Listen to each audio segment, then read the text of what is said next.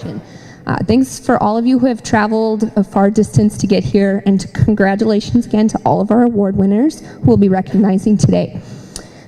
If you look in the program, today's theme for this event is Passing the Torch, Blazing the Trail. This year, we're blessed with a wonderful chance to recognize and celebrate the opportunities women have to compete at a global level, with the Olympics being just a few days away. Today's event is also most importantly a chance for us to reflect on the amazing strides we have made in girls and women's sport at every level, and to celebrate the individuals in this room who have dedicated their lives to advancing opportunities for all to participate and enjoy sport. We would like to welcome those who have blazed trails for today's young athletes, past and present Olympians, our honorees, family, friends, guests, and to all the young athletes who have joined us in the audience. Please take today's event as a chance to learn and to be inspired by the great achievements of all whom we celebrate. I would like to introduce the co-chair of this event, Deb Weinreis from the Minnesota Recreation Park Association. I'd also like all of the other committee members who are here to stand and be recognized. All of these people volunteer their time to help put this event together every year. So we'd like to give them a round of applause for helping out with this.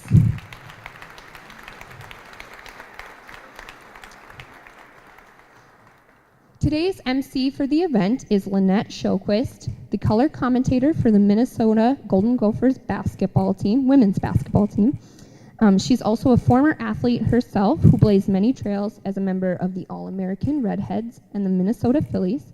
Lynette and her teammates from the All-American Redheads were inducted into the Naismith Basketball Hall of Fame in 2012. She continues to be a huge advocate of opportunities for girls and women in sport, is a past award winner at our event, and is also a member of our committee. So please join me in welcoming Lynette to our event.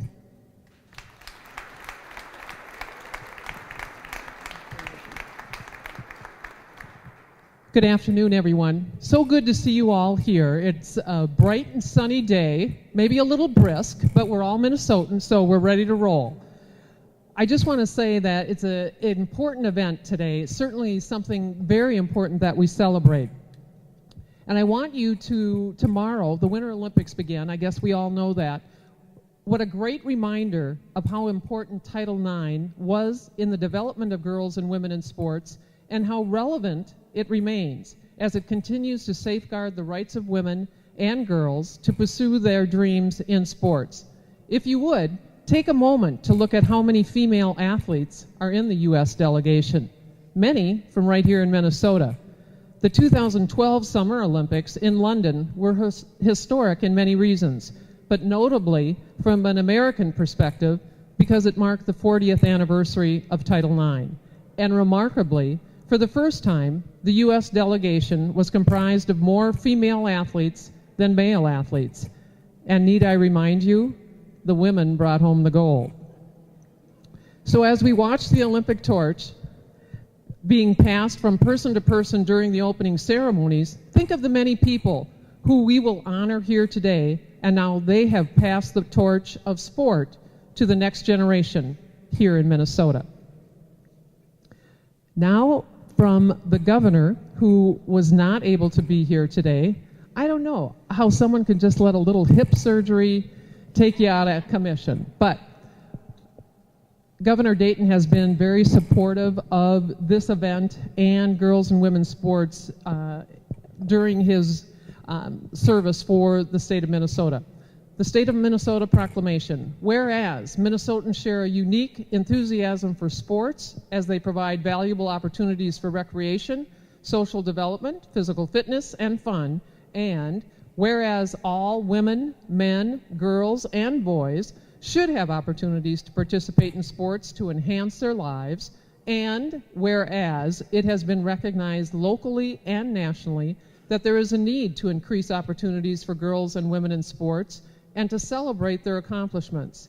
And whereas Minnesotans have worked hard to remove the barriers facing girls and women who want to participate in sports and have made enormous strides to get more girls and women involved in sports, and whereas the Women's Sports Foundation created National Girls and Women in Sports, Day in 1987 to celebrate and commemorate the victories and growth of girls and women in sports. And whereas Minnesota is a national leader in the development of opportunities for girls and women in sports and has much to celebrate, now therefore I, Mark Dayton, Governor of Minnesota, do hereby proclaim Wednesday, February 5th, 2014 as Girls and Women in Sports Day in the state of Minnesota.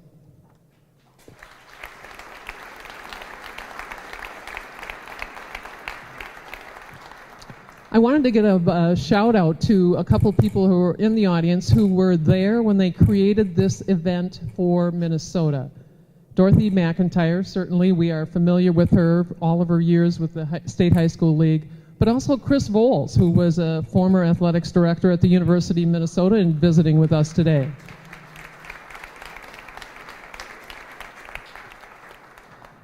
On with the show, as it were. Our first honorees will receive our Breaking Barriers Award. They were nominated by peers within their communities and are being honored for overcoming barriers to help provide athletic opportunities for girls and women while serving as exceptional role models. I will give you a brief description of their accomplishments, taken from their nominations, noting that they have given much more than we can mention today.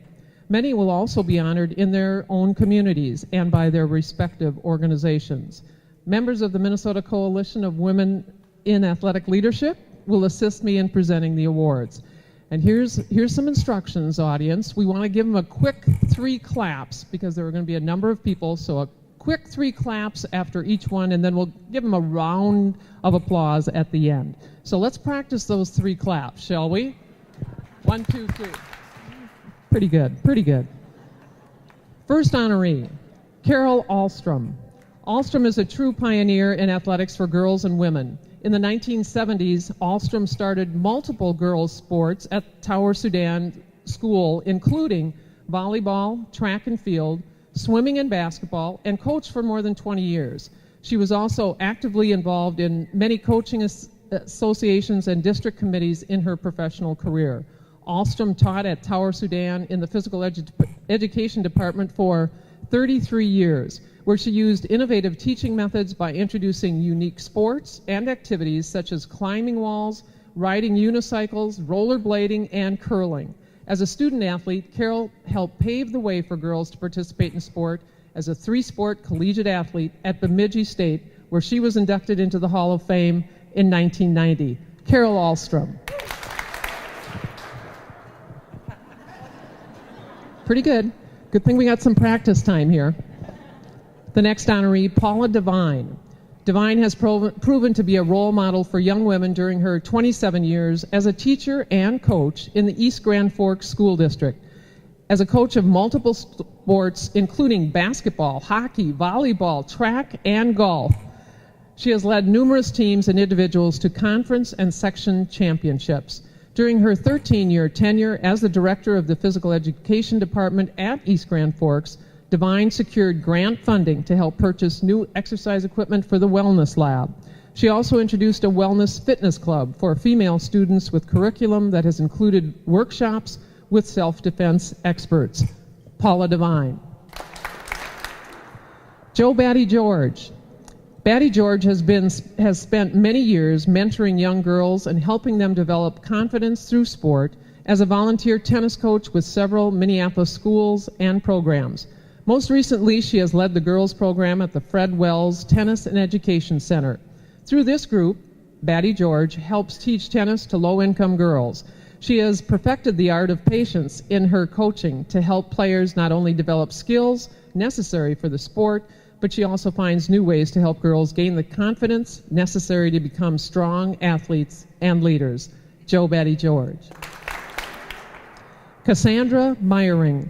Meyering has dedicated many years to developing girls' gymnastics programs in North and Northeast Minneapolis, even when the odds have been stacked against her. As a coach of the Edison Henry North High School team, Meyering worked with parents and the school board last year to secure space for the gymnastics team to practice at Edison when she was told, guess what, there wasn't any place for them to practice. The team now has a permanent home at North Star School. Meyering also teaches 10 gymnastics classes a week and at the Audubon Park team through the Minneapolis Park and Recreation Board. With both programs, she mentors nearly 100 students on a weekly basis. Cassandra Meyering. Julie Murphy. Murphy has been actively involved fostering athletic opportunities for young girls in the St. Cloud area since her time as a student at the College of St. Benedict, where she began working at St. Cloud Cathedral. Through her role as Assistant Activities Director and Coordinator of 7th and 8th grade activities, Murphy mentors coaches on how to be positive role models for young girls and helps instill self-confidence in new coaches. Murphy has been the softball coach at St. Cloud Cathedral for the last 7 years and has also served for many years as a director with local youth programs and associations. Julie Murphy. Vicki Pence. When Pence started the girls' athletic program at Alden Conger High School before the passage of Title IX, she knew she had an uphill battle, as she was given rubber basketballs and pennies for uniforms to start the girls' basketball team. Since then, Pence has helped the Alden Conger basketball, volleyball, softball, and track and field teams to countless wins and regional and state appearances during her 37-year coaching career. Pence also dedicated 39 years as a teacher in the Health and Physical Education Department and spent time working with adaptive sports. She has also devoted her time to many coaching associations, including the Minnesota State High School League. Vicki Pence. Carol Peterson. Peterson was on the ground floor of organizing coaching and officiating girls volleyball on Minnesota's Iron Range. She coached the Virginia high school team to the first state tournament in 1974. Blazing trails was Peterson's specialty, as she organized the first volleyball officials group on the Iron Range and served as one of the state top officials in high school and community volleyball for over 20 years. She has shown her dedication to the sport through her continued involvement as the scorekeeper for Greenway High School matches. Peterson also coached numerous other sports and remains active in organizing golf and curling tournaments in the area. Carol Peterson. Diane Pettis. After an impressive collegiate career as a basketball, volleyball, and track and field student athlete at Bemidji State University, at a time when girls had to fight for every opportunity to play sports, Pettis dedicated her life to teaching and coaching girls at Topeka High School. Pettis had been the head coach of both the volleyball and softball teams at Topeka since 1976, along with stints as the head basketball and track and field coach. She has coached 8 conference championship teams and multiple section championship squads. She has continued to fight for equal opportunities for girls throughout her career and also mentors youth girls through her coaching and organization of many camps and clinics. Diane Pettis. Rick Ringison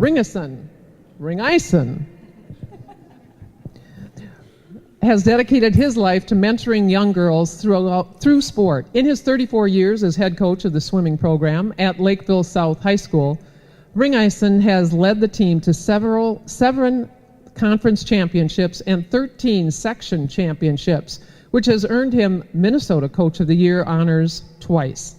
Ringison has also served as the head track and field coach for 33 years. During that time, the Lakeville South track program has won 4 state championships and has had 13 individual event champions. He is also actively involved in countless swimming committees and organizations in Minnesota. Rick Ringison. Valerie Swanson.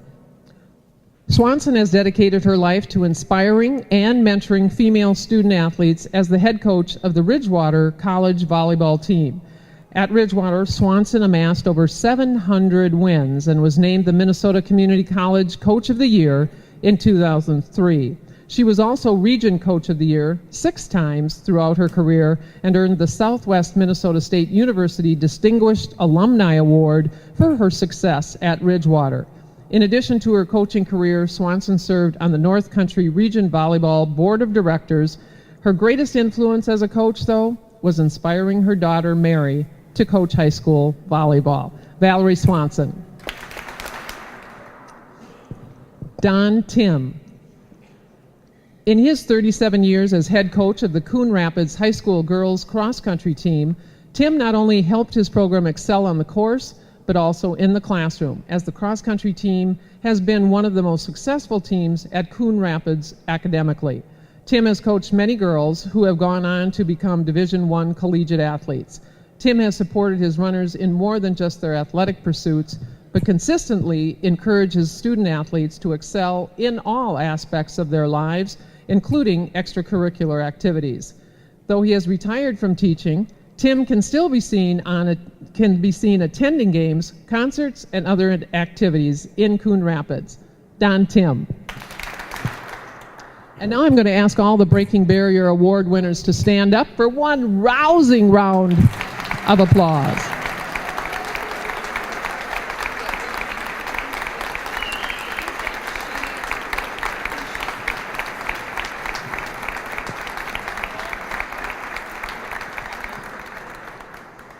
Our next award is the Marie Berg Award, presented to an outstanding K-12 physical education teacher who has expanded opportunities for girls and women.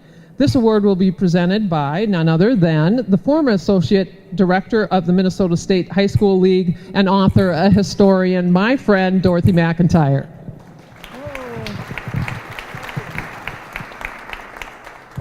Good afternoon. This is one of the afternoons that many of us look forward to for an entire year. Once one is finished, we start looking ahead, just wondering where all of those wonderful people are going to come from across the state to be recognized for a lifetime of work and opening doors for young women. And this current year, aren't they something? Marie Berg was a member of the Grand Meadow girls basketball team that holds an enviable, solitary record of winning 94 consecutive games with 0 losses. Now that occurred from 1929 to 1939. When they came back to school in 1940, ready to play another season, the principal called them into the gym, or into a classroom probably, and said, we have dropped the girls basketball team and there will be no more because we don't think it's good for you or healthy for you to play, and we do believe, as many people across the country now believe, that for girls and women a recreational fun type of sports would be far better for you. And we remember the women of that era who were not at all happy with that decision. But they had no choices and they had no real advocates.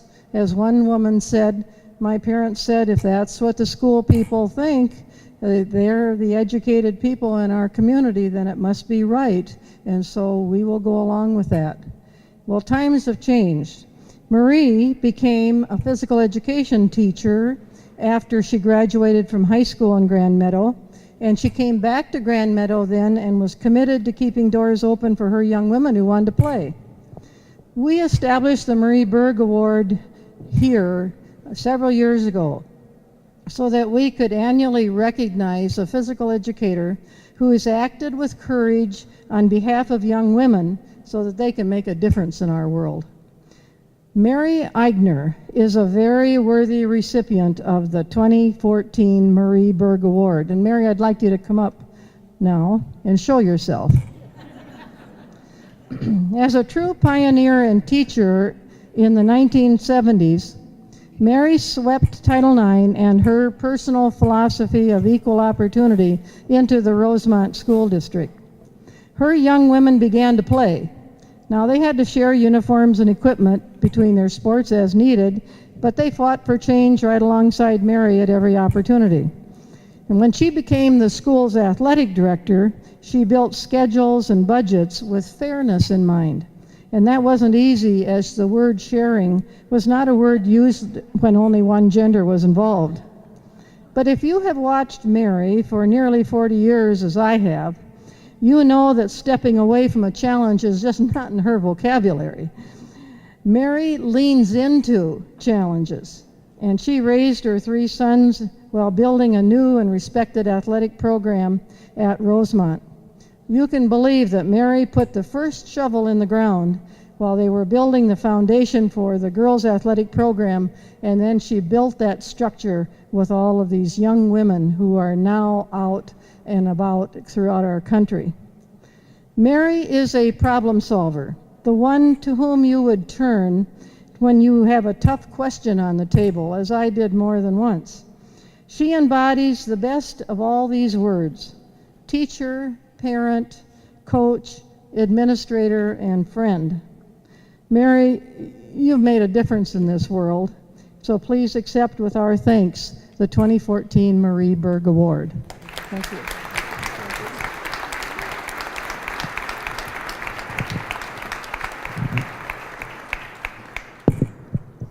Well, I'm humbled and honored to receive the Marie Berg Award. As Dorothy said, Marie was the ultimate advocate for girls and girls' sports. I want to thank Dorothy and the committee for working so hard and dedicating your time so that people like those of us out here today are recognized. And also, I can't go without thanking Rosemont High School for supporting me and for putting up with me for a lot of years. And then I'd like to thank three very important men in my life, my three sons. My oldest son, Ty, is not here today. He's busy coaching college hockey at Bowling Green State University in Ohio. My middle son, Trent, is here today with my oldest grandchild, my grandson, Buzz. And Trent keeps himself busy with his 6 kids and coaching high school hockey at Lakeville North. My youngest son, Troy, coaches his 9-year-old twin girls in the Edina hockey program. So we've got all the bases covered along those lines. I would be remiss if I didn't thank my older brothers, because they were the ones that introduced me to sports and competition. I grew up with 5 brothers, 4 of them older, and I think I was about 3 years old when one of my brothers encouraged me to come out in the backyard and join in the backyard baseball game. And I was at first base. Now, I was 3 years old. I wasn't playing first base. I was first base. You see, second base was the big oak tree. Third base was the clothesline post. And there really wasn't anything to designate first base. So one of my brothers came to me and said, "Mary, you just stand here and watch us play." And I did that for a while. When I got a little bit older, I said, "Now wait a minute here, I want to play too." And you know what, ladies and gentlemen, that was my experience in girls and women's sports. I was during that time when there weren't high school sports for girls, so I would play in the backyard with my brothers and their friends, and I would go and watch them play organized sports. Now today, I have 12 grandchildren, 7 grandsons, 5 granddaughters, and I'm so comforted to know that my granddaughters are going to have the same experiences in organized sports as my grandsons do. That to me is a real comfort. It warms my heart when I go on one night and watch those little girls lace up their hockey skates, and then the next day they'll go and compete in gymnastics, and then tennis and golf and volleyball. And that's what it's all about. They have those opportunities thanks to many of the people in this room. I want to thank you. I thank you from Ellie and Kate Eigner, Grace and Lily Eigner, and my youngest granddaughter, Ty Leona Eigner, for their opportunities. So thank you from them, and thank you.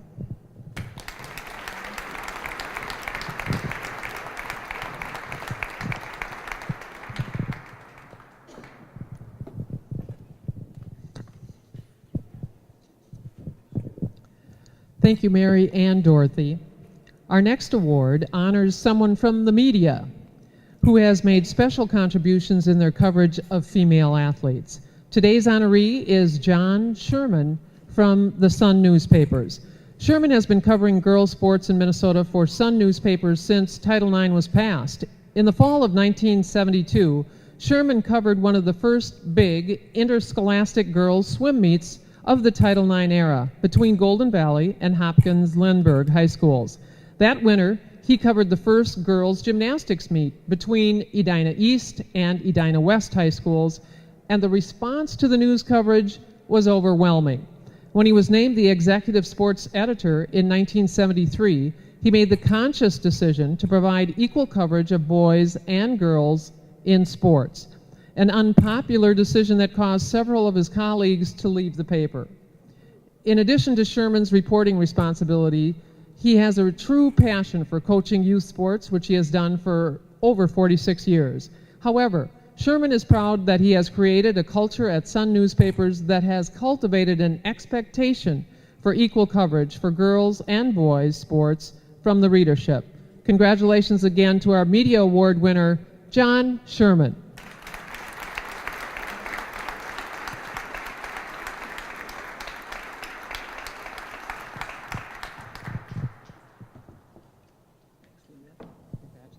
Thank you. One of the things they say about sports is that timing is everything. Sometimes that's the way it is for sports writers too. I came to Sun Newspapers the same year Title IX was enacted for high school athletes. And as Lynette mentioned, I covered a big swim meet between Hopkins Lindbergh and Golden Valley, which at the time were considered the two best teams in the state. I talked to one of the moms before the meet, and I asked this mom if the girls were nervous about this competition. And she said, they're just anxious to compete. And what she said next was, I'm the one who's nervous. There was anticipation in the air that day. The stands were filled with fans, parents, students cheering these girls on. And I noticed right away that they were competing as hard as the boys, and they were even more team-oriented and supportive of each other. And it was just a tremendous event. Now, the first gymnastics meet I covered between Edina East and Edina West was a little bit different. And of course, I brought my camera with me, and one of the moms and one of the coaches came up to me right away and said, oh, we can't have that camera in here.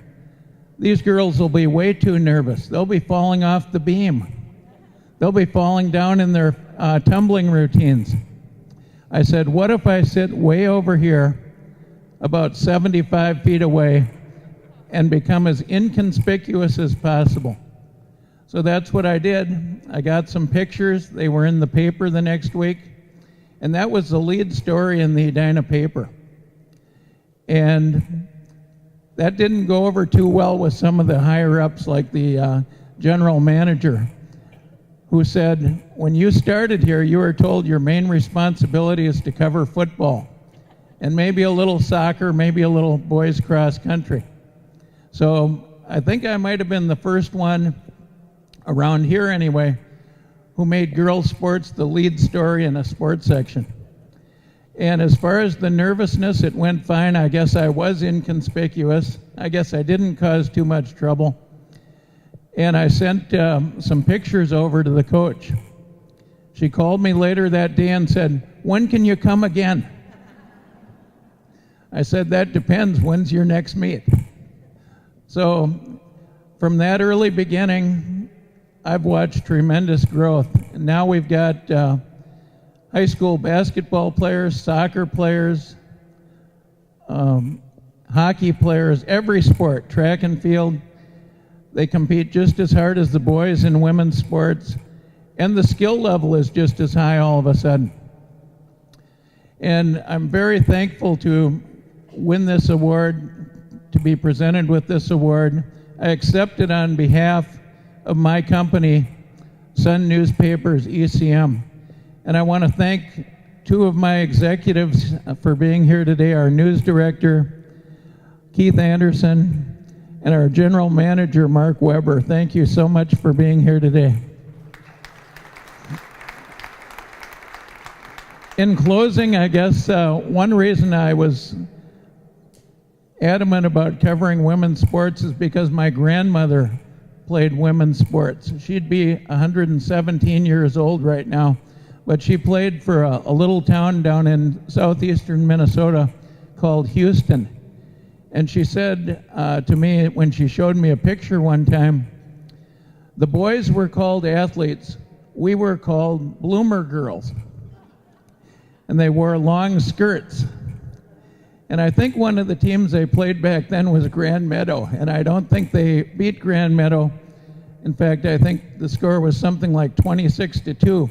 But my grandmother had the distinction of scoring the 2 points for Houston. So no matter what else she did in her life, she did score 100% of her points in a girls' basketball game. So thank you very much to everybody here. Congratulations to the Breaking Barriers Award winners. Congratulations to Mary Agner on her award. Thank you very much.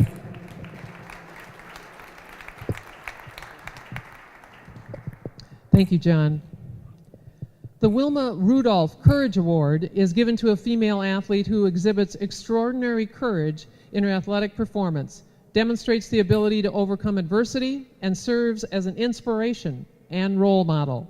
This year's honoree, Rose Hollerman. Hollerman has proven through her involvement in sport that there really isn't any obstacle she can't overcome. As a multi-sport athlete, Hollerman has found success at the international level as the youngest member of the U.S. Paralympic women's wheelchair basketball team that competed at the 2012 London Olympics.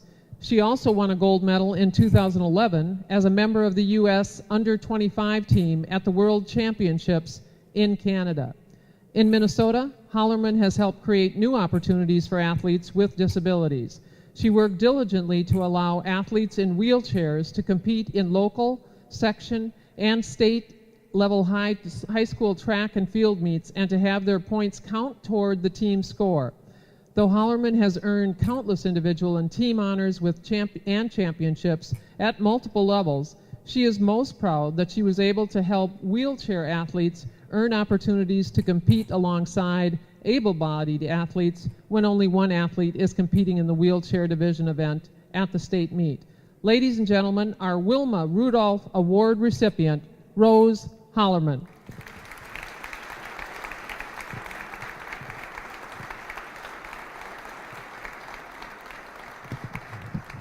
Hi, I'm Rose.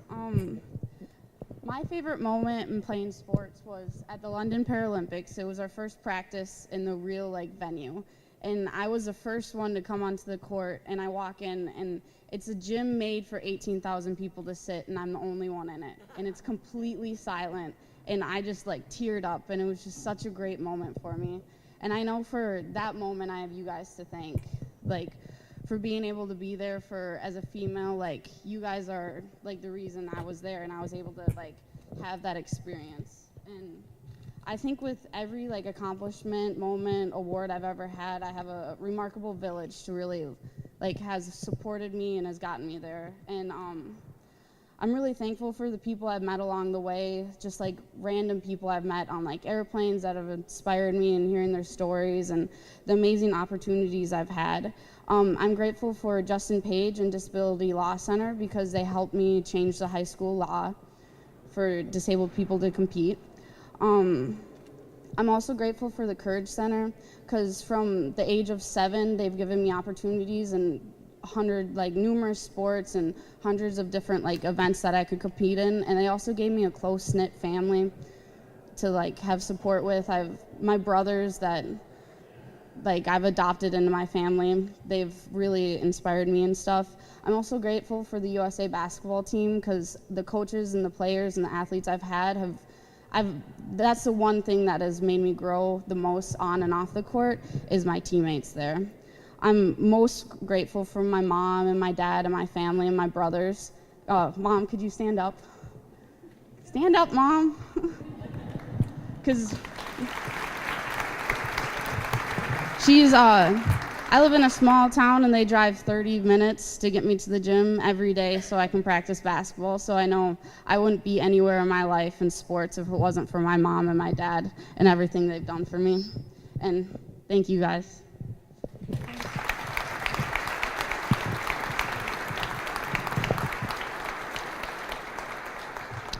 Thank you, Rose. Each year, we honor a few individuals who exemplify the highest levels of commitment to breaking barriers for girls and women's sports. and present them with the Special Merit Award. Today we have 3 honorees who we'd like to recognize. Kathy Peterson. Peterson has dedicated her career to advocating for opportunities for all types of athletes in the state of Minnesota. Peterson began teaching health and physical education in the Minneapolis School District before Title IX and immediately realized she had a passion working in special education. Peterson began coaching adapted sports and wrote grants to take her athletes on unique outdoor adventures. In 1989, Peterson became the athletic director at Minneapolis South High School, where she became immediately involved with the Minnesota State High School League Board of Directors. Through this role, Peterson co-authored an amendment that provided state tournament opportunities for athletes with physical and mental disabilities. At the time, Minnesota was the first state to offer such opportunities in high school sports. Peterson says passing that legislation has proven to be more successful than she could have ever dreamed. Peterson was inducted into the Minnesota State High School League Hall of Fame in 1999. She continues to teach health education as an online instructor through St. Catherine University. Kathy Peterson.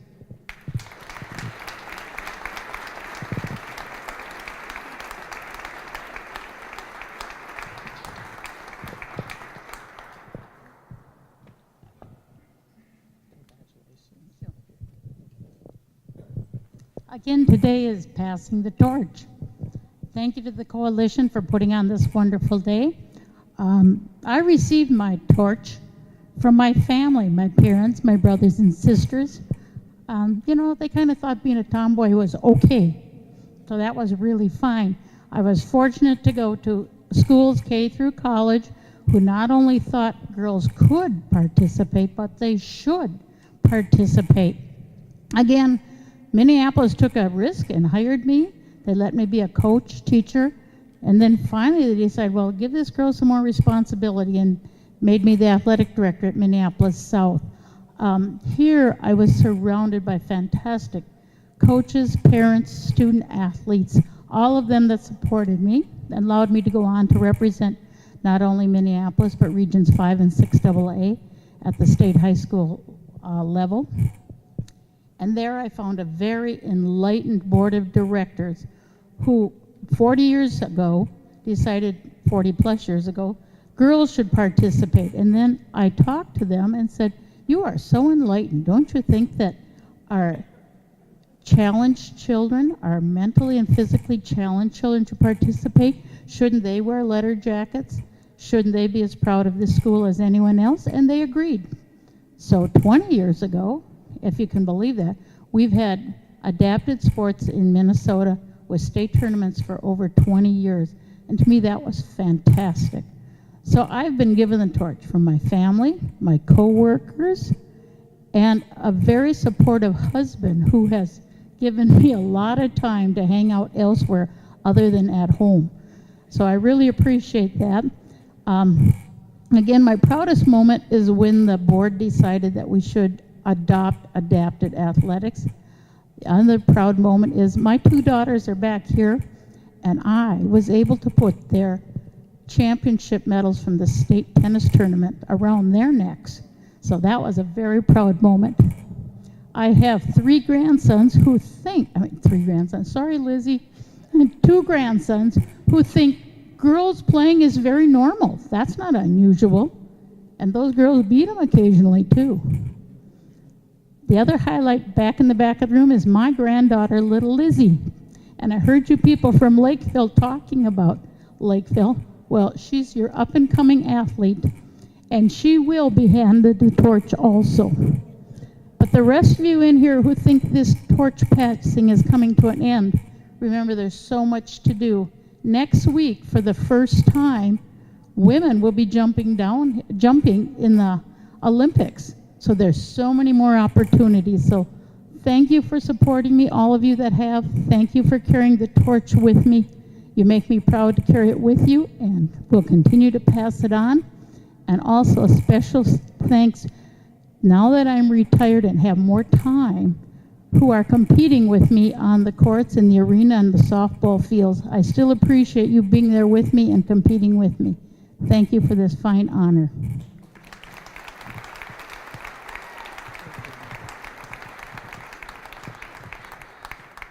Thank you, Kathy. Valerie Rogoszewski.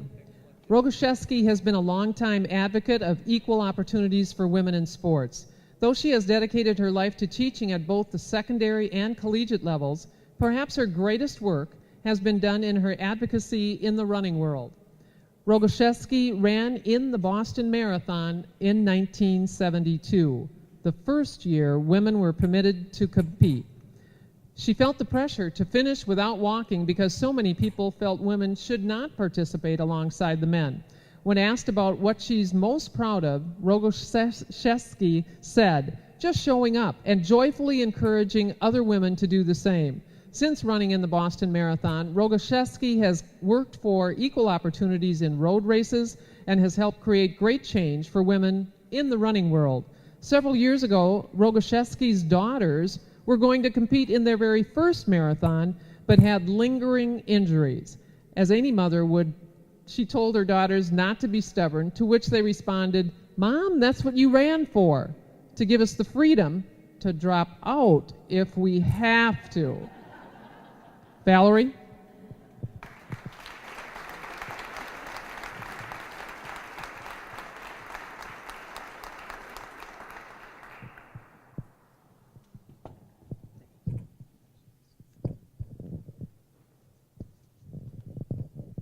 Yes, thank you so much to the coalition and to my parents for allowing me to also be a tomboy, to my husband Phil for encouraging me to choose goals. We lived on the East Coast back in '72. Once in a while I'd be a little tired about getting out to do my run, my jog. We called it jogging in those days. And he said, you need a goal. And the only race I'd ever heard of was the Boston Marathon, so he encouraged me to go for that. I also want to thank the running pioneers who opened the way before me, Nina Kusick and Kathy Switzer at the national level. And right here in Minnesota, Alex Boyes was working with officials to help open opportunities for women. 1972 was a big year, both for me and for women in general. First of all, I got married and then ran the marathon just 3 months later. My husband was a participant in the Munich Olympics. But best of all, Title IX came along to really open opportunities for women. And as has been mentioned, the effects are still going on. Once in a while, I feel a little sheepish for accepting, acknowledgement for running that Boston Marathon, because in my mind, all I did was show up. But then I thought, there's a power in showing up. And that's still going on today. All these little girls kept showing up at the ice hockey rink. And they kept showing up at the ski jumping venue. And so at this Sochi Olympics, St. Cloud, my hometown, has Ann Schlepper will be on the ice hockey team. And of course, the ski jumpers, that's just amazing that women can now accomplish that freedom of flight that ski jumping will offer.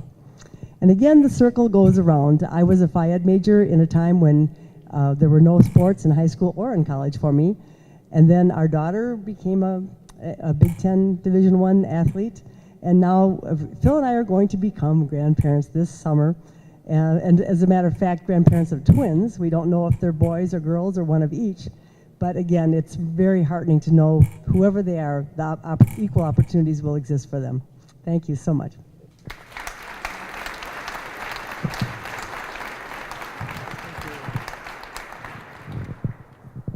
Thank you, Valerie. Carol Wiesness.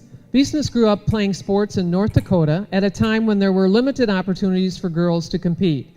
After a successful basketball career at North Dakota State University, Wiesness truly made an impact on girls' sports when she helped develop the program at Kitson High School into one of the best in the state. She helped the girls' basketball team win 2 state championships and was 3 times named Section Coach of the Year. Wiesness was the first female basketball coach in Minnesota to reach 300 wins. Her 555 wins is third most of all time in the state, which she earned her place in the Minnesota State High School League Hall of Fame in 2009. Not only did Wiesness have a successful basketball coaching career, she also reached 400 wins as the head volleyball coach, won 2 district titles with the track and field team, and taught physical education for 37 years. But more important to Wiesness than wins are the memories she made with her athletes and the life skills she was able to teach young women through their experience in sport. Carol Wiesness.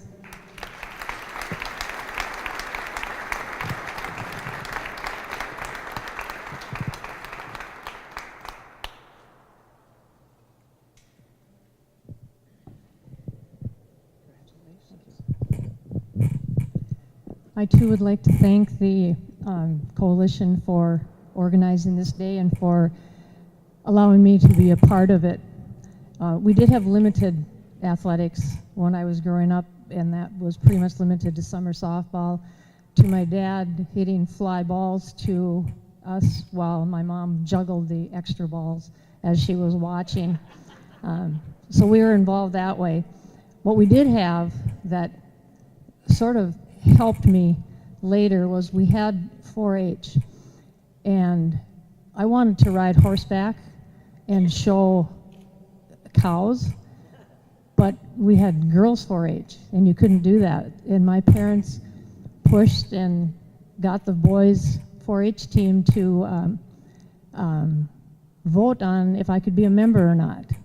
And they let me be on their 4-H, and that kind of started things for me. I could be in boys 4-H, but I could do this, the things that girls should be able to do too.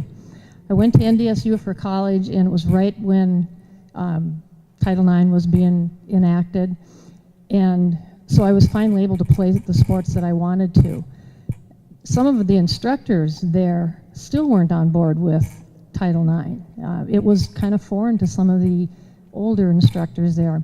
So when I went on to start my teaching and coaching career in Hallock, Minnesota, I was wondering, what am I in for? How is this going to work? And I was so fortunate that my first high school principal, Don Carlson, treated us just like the boys. He said, your first practices will be at 6 in the morning for a week, and next week the boys will practice at 6 in the morning. And when he left 3 or 4 years later, it was already part of our school, and I was able to carry that on. What I wanted to do with my programs was to instill the qualities and values of hard work, setting goals, and striving for excellence that my parents had taught me. And our athletic programs were successful, but more importantly, I think that the girls that went through our programs became successful in life too, because the things go hand in hand. And if my 3 daughters are any indication of that, then we were successful. And I would like to thank 2 of them, Carrie and Lori, for being here today, and my husband Ron. And I have 1 other daughter who couldn't be here with her 3 grandchildren and husband back in Moorhead. But this is a humbling experience, and I am truly glad to be here today. Thank you very much.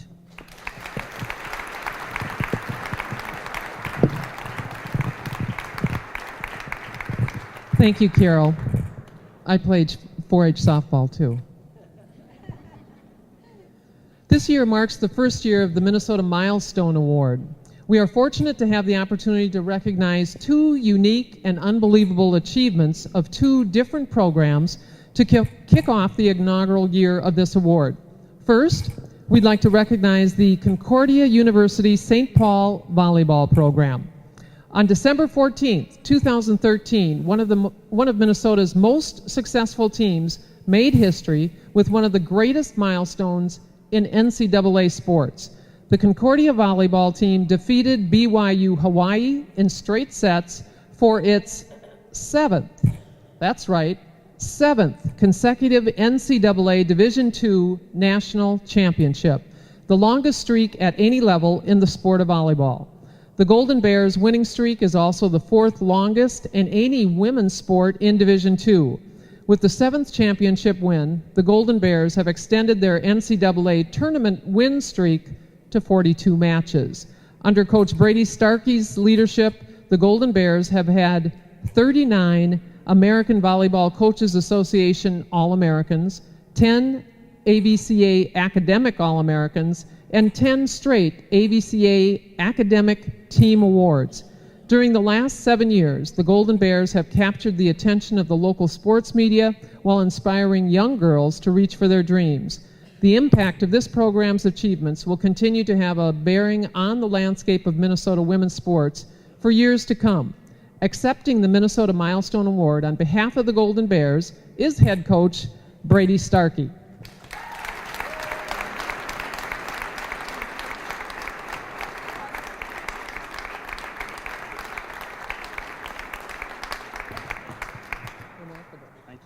Thank Wow. Okay. Geez, that's pretty cool. I didn't.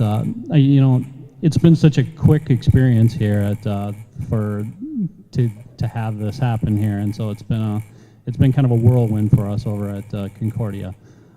First, though, I'd like to thank the Coalition for nominating us for this and giving us this award. It's a huge honor, and we're very humbled to achieve this award. Next, I would like to say congratulations to all the recipients in the audience here. It's amazing to hear kind of the experiences that you guys have gone through and all the things that you've done for women's athletics.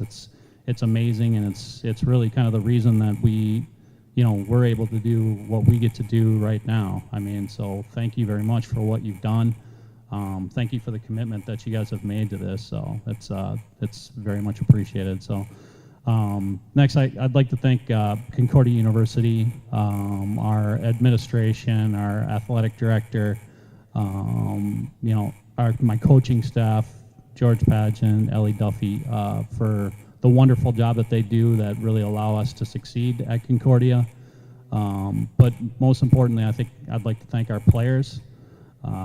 They are some amazing student athletes that work unbelievably hard every single day in practice, and they work unbelievably hard in the classroom. They're just 100% class act kids, and we are completely blessed to be able to coach them. It's one of those things that it makes you excited to go to work every day, because I have like one of the coolest jobs in the world. Basically, I get to coach women's volleyball, and I get to coach a bunch of kids that are phenomenal at what they do. They're passionate about it, and they have great work ethics. So thank you guys very much for being such great student athletes. So, but otherwise, just thanks and congratulations to everybody, and that's about all I got.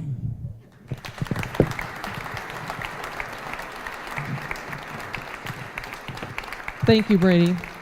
And can we say congratulations again to Concordia volleyball team on a truly remarkable run, and good luck next season. Of course, there's always next year, defending the title. Next, we'd like to recognize the University of Minnesota Women's Hockey Program. Almost the same type of situation there. Women's hockey. At a time when women's sports receive only 4% of the media coverage, except at Sun newspapers, the University of Minnesota women's hockey team proved in 2013 that people do care about women's sports. The Golden Gophers captured the attention of Minnesota sports fans when they completed a perfect season by winning their second straight NCAA Division I national championship in front of a hometown crowd at Ritter Arena on March 24th, 2013, when they defeated Boston University 6-3. Winning the title sealed the Gophers' 41-0 season, which is the first undefeated season in Division I women's hockey history. The Gophers' NCAA championship was the fourth in program history and helped the team extend its win streak to 49 straight. But the Gophers continued to excite fans when the winning streak extended into the 2013-14 season. Eventually, the Gophers did suffer a loss to the University of North Dakota on November 17th to end the NCAA record 62-game undefeated streak, one that ironically began after a 2-1 overtime loss to North Dakota. Well, for crying out loud.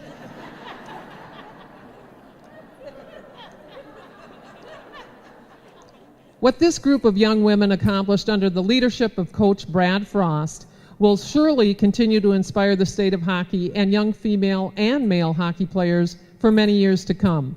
Accepting the award on behalf of the Golden Gophers are assistant coach Nadine Mazeral and captains Bethany Bronson and Bailey Gelander.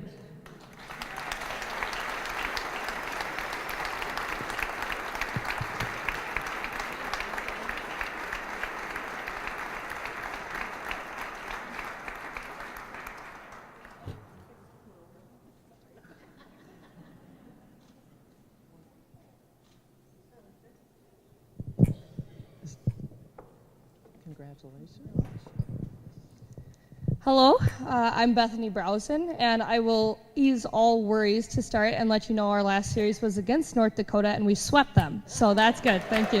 Yeah. Yep. So we did prove, hopefully, that, most recently, anyways, we're the best team out there. So, yeah, I would just like to thank everyone, obviously, for coming out today. I was touched by Mary's story, how she was first base, actually. I think it's so unbelievable that we can grow up in a generation now where that would never even be a thought process, but that you could play first base. And that, sometimes even my boy cousins would let me play shortstop on the odd time. So, yeah, it's really been a great transition. Even in the last 50 years, it's been simply amazing. And we're lucky to be a part of this generation with so much opportunity. I think when I was a 12 and under hockey player, actually, we were about mid-season when we got a loss. And so kind of similar to this season, we were undefeated, and then we ended up getting a loss about midway through, and me and my older sister were just crying and crying on the way home. And my dad was so confused, and he's like, you guys, it's hockey, you're going to lose some games, that's a part of the game. And we weren't very happy with that, obviously, and we went on to win the rest of our games that year. So all but one, we had won every single game. I think at that point I kind of checked off the perfect season in my mind. I knew that was something that was kind of out of the picture for me. And then coming here last year, we were able to go 41-0, like she had said, and have that perfect season. It's something that we wouldn't have ever been able to do without the support of Minnesota behind us and the support of people like you. So we thank you for that. I'd also like to thank Chris Volz for all her support and everything that she's done to kind of pioneer Gopher women's hockey, especially at the University of Minnesota. We'd like to thank the U of M for giving us the opportunity to continue on our legacy and our tradition. And just thank you, everyone, for all the effort you put. It's been a great event, and we're very, very happy and honored and humbled to be here. So thank you so much.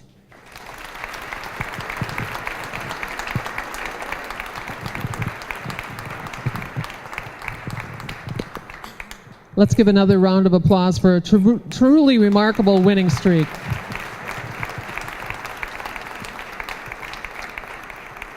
Ladies and gentlemen, I can't tell you how quickly the time passes when we're talking about such historic and inspirational information and people.